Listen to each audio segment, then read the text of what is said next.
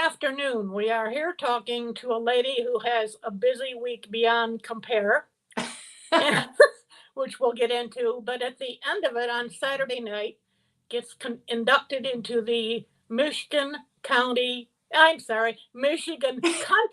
Hall of Fame. You got it, Janet. Okay, too many words, and it's That's a Michele big one. Spitz. Huh? It's a big It's sentence. and her name is Michele Spitz. If you don't know her name, you've obviously lived under a rock. How does one go about getting inducted into the Hall of Fame? Well, Janet, first of all, thank you for having me here today and interviewing me. I'm so glad that you are the one that's interviewing me. You have just had a wonderful career, and I've known you for so long, and I'm just so glad that you were interviewing me for this moment in my. Yep, delighted. But anyways, the induction, you have to be nominated, and I was nominated by a fellow inductee, Bill Adams. I don't know if you've ever heard of the singing sheriff. Well, we have a singing sheriff here. Yeah. We used to have a singing sheriff, Bill Fettersfield, but Billy Adams, the singing sheriff, he was involved in the Chesney Showboat very heavily, and he traveled to Nashville. He nominated me several years ago before he passed. He's no longer here now. And and then the induction process, they now require, it's owned by Clint and Dave Dickerson in the Potterville area near Lansing. They've taken it over from another husband and wife that owned it, the Lighters. And actually, it's the 50th year of the Michigan Country Music Hall of Fame. Wow. So yeah, I know. Yeah. But they now require that you be nominated, and they also like 7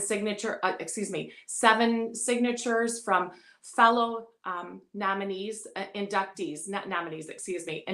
in the Hall of Fame, current members. So you need to be, have them and also recommend you. So it just kind of validates the whole process of, that you've made an impact on country music in the state of Michigan in your career. So.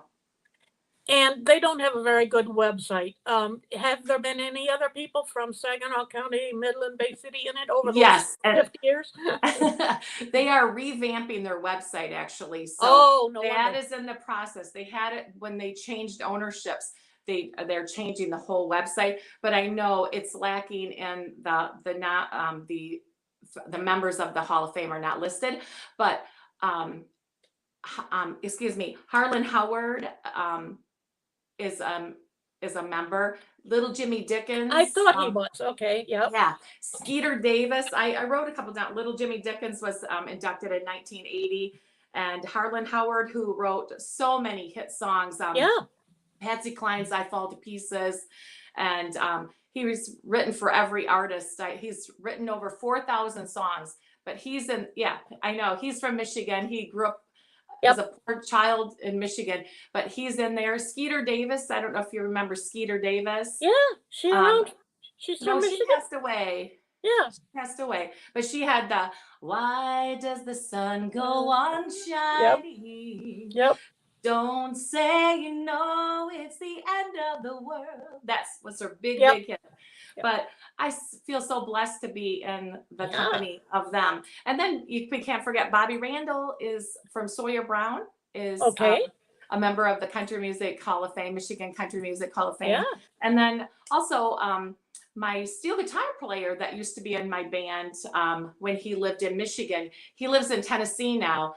He drives bus for all the big country acts, Lady Antebellum, and he's also a steel guitar player. He plays for Conway Twitty's son, Michael Twitty. He recently got inducted, I think 2 years ago, into the Michigan Country Music Hall of Fame. So do you get a plaque or what do you get, a trophy? Yes. This Saturday, I'm going to be inducted with 6 other performers from the state of Michigan. And there's, I should have had the names all in front of me, but no, that's fine. Some are musicians, some are vocalists, and then a couple are bands. And the one band is also going to be backing everyone. So we get Okay. to do, it's, you know, by the time you have 7 people being nominated and tell a little bit about each other, we get to do one song, but the tickets are available. It's going to take place at the Charlotte Performing Arts Center for the Performing Arts in Charlotte, Michigan.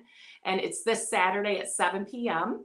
And tickets are $15 for seniors and military and $20 general admission. So if you would love to make the trip to support country music, your state, you know, country music in your state, come on down to Charlotte and they say a little bit about you and we get presented with a beautiful plaque. Now I'm going to try to summarize your career that's way long. Okay, you began singing at the age of 8. I At did. 17, you went to Nashville and you had some Billboard charted songs. Over the years, it looks like you've opened for George Strait, the Bellamy Brothers, Tanya Tucker, Donna Fargo, 20 people I counted. Performed at the Grand Ole Opry, won a Bay Area Review Award. Looks like it's from the 70s to the 90s. So when did you come back home and why? Well, you know what? I never really left home. Um, Okay, I um, I recorded in Nashville in the late 80s, but I had been performing early on in the 70s. right. And then I recorded in Nashville and I flew back and forth. I went and traveled back and forth there when I Okay, recorded, every time I recorded. And I did some performing there in some of the clubs. But I kind of like, I kept my home base in Michigan and performed in Michigan. It's, you know, to take that leap and travel, it's a big leap. And you know, I was a young girl. I graduated from high school. I put off college education and for 5 years I did some traveling here and there and tried to pursue my career. And then things kind of fell apart with my manager that was managing uh, me. And that happens. uh, Yeah, yeah, I was a very young girl and he was yeah. very obsessed with me and my career and Uh, protecting his investment per se, you know. Didn't want Was trying to keep everyone, you know, keep it very I don't know. Didn't want my family around all the time and as a young girl my parents would not, you know, let that happen. They wanted Yep. to be in my life, you know. And so things kind of fell apart and then, you know, it kind of turned worse. My manager was like stalking me and that kind True, of we've stuff. heard these stories over the years with others, haven't we? Yeah. Yeah, well, anyways, that put a kind of a sour note. You know, I was kind of had enough for a while. So I took a little sabbatical. But then guess what? Yeah, I yeah, ended up found getting married fire. and having kids. And so I stayed home with my children. And I was a legal secretary I was doing that again after they got into school. And that's not what I wanted to do. And um, it just made it hard to try to, that's the thing. If you're not like a Winona Judd has enough money to go and travel and take your family with you, it's not very appealing. It's I didn't want to leave my family, you know. so when we mention all these people you opened for, where was that, or has that been various places? Oh my goodness. From the 70s until recently, Friday Night Live, a couple years back, I opened up for Natalie Stovall at Friday Night Live. Okay, And I did numerous concerts at the Saginaw Civic Center, the arena, and the okay. Wendler Arena and the Heritage Theater So when also. those stars came in, you would I be an would be opening. the opening. Yeah, I did Okay. like a 45-minute show in front of them, half an hour, 45 minute. I was Yep. the opener. And then I got the pleasure of, I don't know if you remember Great American Music Festival at SVSU many years Yes, ago, yeah, back that in the didn't last 80s. long, but yes, yep. No, I know. Well, I opened up for Tanya Tucker there and Tanya Buddy Tucker was there. Rich. Yeah. So it was like they were the headliners and our band opened up ahead of them. And that was a really fun event. And then there was a area called Nashville, Michigan. Michigan has a city of Nashville. Did you know that? Yes. Yep. And they had a park called Sandyland Park in Nashville, Michigan. And I did several shows there. I opened up for Jerry Reed, you know, Smokey and the Bandit and Jerry Okay. Reed. He's just an awesome musician and an awesome person. I opened up for him there and some So other acts. did you ever get to mingle or meet with some of those stars? Oh, yes, definitely. Okay. Back in the 80s, I did a show with George Strait at Okay. the Civic Center. That was early on in his career. He had several hits already. And, but it was a great experience. Some are not as friendly as others. I wondered, yeah. Yeah, some are not as friendly as others, but some are so. Aaron Tippin is an example. I opened up for him at the Clio Amphitheater, and he was so nice and greeted our whole entourage of friends and family and one on one and talked to everybody. He was just a joy to meet. So, but all of them are not like that. But No, fun. as an interviewer of stars, I know what you're talking about. Some Yeah. of them are sweet and others are. So can you think of a couple of kind of maybe fun anecdotes from those years or those concerts? Oh, I just, I loved making music. It was just a fun time. I have to tell you, transitioning a little bit. Right now, I'm doing a tribute to Linda Ronstadt. Well, yeah, I want to talk about that. Yeah. Yeah, well, I got back. I took a sabbatical for a few years and raised my family. But while I was off, not performing on the bigger stage, I created my own children's music program, which we Right. won't get into, but it's called Music for Munchkins. Right. And then I also do a lot of performing for senior centers and Right. the elderly. So that is like has been my bread and butter job for over almost 30 years now. Wow. And yeah, I started Yeah. Music for Munchkins when my children, after they started going to preschool, I started doing that while they were in preschool. Mom would go sing at other schools.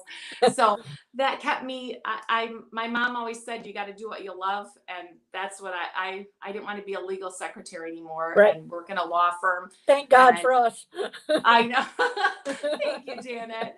But so I quit my job in the law firms and I was going to I was offered a job to work for Judge Allen, Doreen Allen in Midland. I worked for her and but I took the career path for my music again to follow that.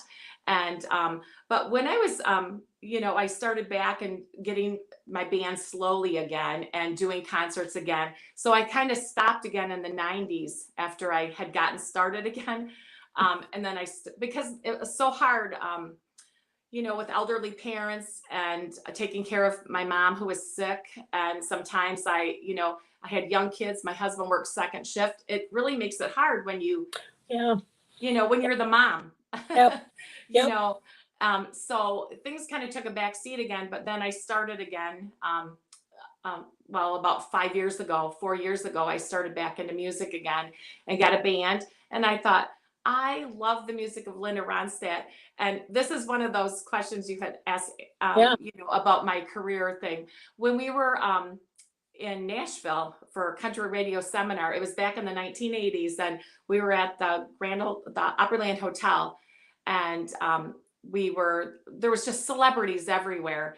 And I actually got to ride down the elevator with Mickey Gilley and Johnny Lee. Oh, right. I know. Wow. That was like so fun. And but it was Urban Cowboy era. Urban Cowboy was going on there, and they were taping Hee Haw there. So there was just celebrities everywhere, country music artists everywhere. And my manager and I were in the hotel getting ready to leave to go out. And this group of people like kind of swarmed me and said, Miss Ronstadt, can we have your autograph?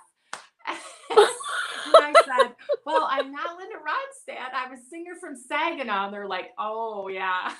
They didn't really buy it, but I said, I really am a singer from Saginaw. But they thought I was Linda Ronstadt. So I said, I always remembered that. And it just was like such a cool thing. And I've always loved Linda Ronstadt. I have like an identical picture of, it's on my website. If you go to my website, I saw it. Michele And you Spitz. do look alike, yeah. It is kind of creepy. And now that we've both aged, she's older than I am, but it's still, we look very similar. And she's not singing anymore because of Parkinson's. So is that part of the reason you kind of wanted to pay tribute to her? Yes, because I grew up singing the music of Linda Ronstadt. It is, she's spanned like what, 5 decades. At She's least. recorded over 400 songs, and all like usual, excuse me, cover tunes mostly. I think she's co-wrote one song, but everyone loves. I mean, I love the music of Linda Ronstadt, Yep. but if you're from that decade, that era, she was a big part of our growing up, the Eagles, and I just love her music. And I thought, now she can't not sing. Did you Yeah. see that documentary, that movie of her? Yes. Yeah, it was so sad and heartbreaking. And I just like, I don't try to pretend to be, I don't like dress. I mean, I feel like I have that vibe of Linda and look like her, but But I you don't don't try try to to, imitate her, is what you're I'm saying. not an impersonator. Yep. Yeah. There you go. I try to pay homage to her and do There her you go. songs in my way. But I try to give that feeling that you're listening to, enjoying the music of Linda. And So, I gather since you're doing quite a few of them, they go over well with audiences. well, we've been asked, this is our third time back at Rethke Park. They've had us Yeah. back. Yeah. We've been, since I've been doing it. It's actually, this is the 4th year, but we missed a year because of COVID. COVID. Yeah. Everything got canceled. And so, but we've been at Rethke Park. They've had us back there 3 times. So tomorrow night I'll be at Rethke Park Yeah, I got the with, list. We're gonna go with through my that full list. band. And we've been up to Tawas 3 years now. They've asked us back up there. Okay. And so we've been back. I wanted to take part in Sanford. They had asked us the Sanford pop-up, the Palooza there, but we were not able to do it again. But we did it last year. But So so how I, many do you cover a lot of this? She has such a long career. Do you do songs from each sort of part of her career? yes, I do. Yeah. I do a couple from the '60s, the Stone Ponies, and then I do a lot from the '80s, the '70s, and '80s. Okay. And I don't do a lot of the later stuff because a lot of that was duets, and then Okay. Okay. she did, Aaron Neville, and a lot of duet type songs, and then she went to the classical at, the Broadway and the mariachi Oh, I music. forgot. Yep. So Okay. so a lot. But I said I'm working on, I would love to next year do some of her Nelson Riddle and do a few songs, or even do like a separate show of just her, all of that Nelson Riddle music. Oh, you could, couldn't you? Yeah. I would Yeah. love to, yeah. Do But you yourself write songs or no? I've written a few little ditties, I do a lot of kids music. Well, my keyboardist and Noel Lehman, he does the dueling pianos around I the thought that. Oh, okay. US. Yeah. We recorded a character education program that was a Michigan a grant with SVSU and Harvard, and it's called the Pedalsfoots Creating Character.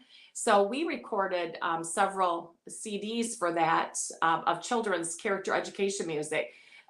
They weren't original songs; they were piggyback, but they were written by the people that did the program, but we recorded it. But I make up little songs all the time when I'm singing with my kids. I always Yep. make up little songs, and I've done a few, helped, write a few jingles. I used to do a lot of radio jingles, TV jingles back in the day.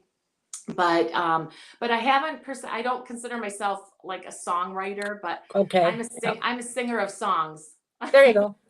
I'm a Now, singer of right now songs. that you've kind of ramped up your career again, how many concerts, festivals, nightclubs, weddings, senior citizens, music for munchkins in a year right now? What I mean, this schedule this week is coming up as mass, Well, but yeah, is I don't usually try to make my schedule this busy. I only had okay. one thing booked, one event booked this week. It just, everything came into this week. It's a Well, very what would busy you week. guess in a year that you Oh, do? well, usually, I actually counted pre-COVID, because pre-COVID I had to figure out what I had lost, and I did over 300 and some dates pre-COVID that year, Oh, because yeah, I I don't do weekends usually, and I don't do a lot of bars, and I don't do a lot of like festival, like, bar events and that. I do more concert settings, shows, and park concerts in the park. And we do, anywhere from 6 to 8 during the summer, 6 to 10. Just depends on, what's going on. But that's like with my band. But Right. then I do other events. I do, in other forms, like with a trio and that. But that year, the year before COVID, I had over like 320 some dates. I usually do anywhere from 2 to 5 senior centers a week. And then I do various preschools, libraries. So I do numerous events all the mornings. So in the mornings, I do little kids. In the afternoons, I do big kids up to 100 some years old. That's why it's called Music for Munchkins, kids of all ages. Of all ages. So And are you happy with the route your career took, even though it was here, there, and spits and bits? what was that again, Linda? I said, are Excuse you me, I happy just with called the you path of Linda. your career, even though it was a little bit here and a little bit there and time off? Are you happy with what Michele Oh, Spitz became? I am so happy because I have touched the lives of so many, young kids, young children. Now, giving you my age now here. I started very young, at a very, very young age, and recording, and just had a wonderful experience doing it. And yes, I would have loved to. Who wouldn't have loved to, hit the big stage and stardom? But I may have, you always have to give something to get that. Yeah. And it could have been my family life, something. Nothing is for free. You have to, Right. you have to shift priorities to get at a different level. And so you're leaving something behind sometimes. And that's why it was so hard for me. It's very hard to try to go travel as a mom. And Oh, yeah. my children, I'm so pleased with my family. I stayed home with my children for 7 years and raised them. My son just graduated from dental school, and my daughter has her BFA in musical theater, and she performs out. They both went to SCC. My daughter went to SASA and SCC and graduated at the top of her class there. And my son did really went to Hemlock and SCC. So I have a wonderful family. My children are on a great path, and my daughter's following in musical footsteps. Yep. And the theory is you still got to sing. Maybe it Oh. wasn't on, I don't know, the Superdome or something, but you Right, still get to sing. Well, I'm making my living doing what I love. That's what, Yep. and big audiences are wonderful, but when you touch the heart of a senior, Yeah. I do a lot of memory care, so you'll see them. I'm going to start tearing up. I don't want to do that. But when you sing a little song that just brings a tear to their eye. Yep. So here's their schedule. Today, the interview. Tuesday night at Reski Park. Wednesday, a Gray concert in the park. Thursday, a preschool open house. Friday in the Fisher Platz at the Frankenmuth Bavarian Inn. And Saturday with the induction. I hope you take Sunday off. Yes, I'm going to. Yes. We're going to stay there the next day and then head back that next day. So yes, it's going to be a busy, busy week, but I am doing what I love. And what I was saying too, the little children, now that their parents, I'm running into kids that I had from preschool, from when they first came to growing years as one of the schools I teach. And now they're in high school or graduate. Now they're in college, and their parents are telling me, my kids still remember music with you, Miss Michele. Oh, what? And so, that being on that little stage with little ones or seniors is just as rewarding, or even more rewarding, than being on a big stage. And I would agree. Yeah. So tell us a little about the record in the background. What is that? Oh my goodness. This is this was my first single that I recorded in Nashville, Something I Never Got Over. Okay. And it truly is something I'll never get over. I remember hearing it the first time on KCQ when we were coming in town, and they supported my music. And but it was a Billboard pick single, Yeah. meaning Yeah. that it was played by numerous Billboard stations across the United States. So my first single was a Billboard pick, and that's what that That is, is. from And my. when you performed on the Grand Ole Opry, that must have been Well, quite the thing. that was a wonderful experience. I was not actually, I have to clarify that because Okay. I like to be, you know, I was on the stage of the Grand Ole Opry That's for what I meant. Yeah. one of their, yeah, for one of their birthday celebrations of the Grand Ole Opry. So when I was there for country radio seminar, I was invited to sing. That year that I was there for that time, it was just an awesome. I got to sing on the stage of the Grand Ole Opry That's what I'm. in that Oh, wow. circle, and I had to sing. I sang a Patsy Cline song. All right. Yeah, I had to sing a Patsy Cline song, and but it was a wonderful experience to be part of their birthday celebration at the Grand Ole Opry, and then we got to attend the Opry and go to the green room. My producer, who produced my records, was his name is Ronnie Light, and he still produce. He's like in his late 70s. He still produces, and I had not been to Nashville in quite a few years, a long time, and I went back to see him just a couple years ago, and but he produced Waylon Jennings, Good Hearted Woman, and several other. But I got to sing at a club down in Nashville, George Jones and Layla's, and Ronnie Light was there, and I sang Good Hearted Woman. So that was pretty cool moment to be there.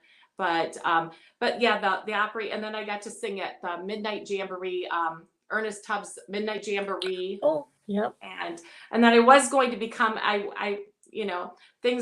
we weren't able to follow through with it with my management, but I was going to become a member of the Jamboree in the Hills. It's like the Grand Ole Opry, but it's in the East Coast. It's the Jamboree USA. It's a live radio show from Wheeling, West Virginia. But I was on there a couple times. I said I would talk to you for 15 minutes. It's been 27. Oh! Because you're fascinating. Is there anything else you'd like to say in summary? Well, you know what? I'm going to keep making music. I just turned 60. I turned 60 last November. You're just a kid. I know, right? Well, I don't have any intentions on stopping for a long time. I'm going to keep making music until I can't. I sit on the floor, I stand up, I dance and sing with my kids. I love singing and sharing the music of Linda Ronstadt. And I'm actually want to do some other women of country. Okay. I love Loretta Lynn, and I love all the classic country women. Absolutely. The 80s and the 70s, 80s, and 90s and beyond. I don't even hardly listen to new country. I find myself if there's an oldies country, I find it. That is I'm just going to keep making music, and I do want to go down to Nashville one more time, and I know I want to record one more time. I have I don't have a lot of recent recordings. I had recorded a CD when my mom passed, for my mom, of some inspirational tunes. My mom passed away in 2015, and I had recorded a CD of songs of love and inspiration for my mom. And she had pulmonary fibrosis, so she was very sick. She was on oxygen for 15 years. And but I recorded this album for her. And then I had the album I recorded in Nashville when I first went down there. And then I had several singles. And then I've done the children's CD. But I need to get some new music. I need to get some new songs. So my intention over the next year or two is to go back to Nashville and record some new music. Okay, well, we'll wrap it up. Again, congratulations on a wonderful honor. Thank you so much. Can I get your autograph next time? Oh my goodness. Janet Martineau, you have interviewed, as a young artist, you reviewed so many of my concerts when I was a young girl at the Civic Center. And I was always so terrified.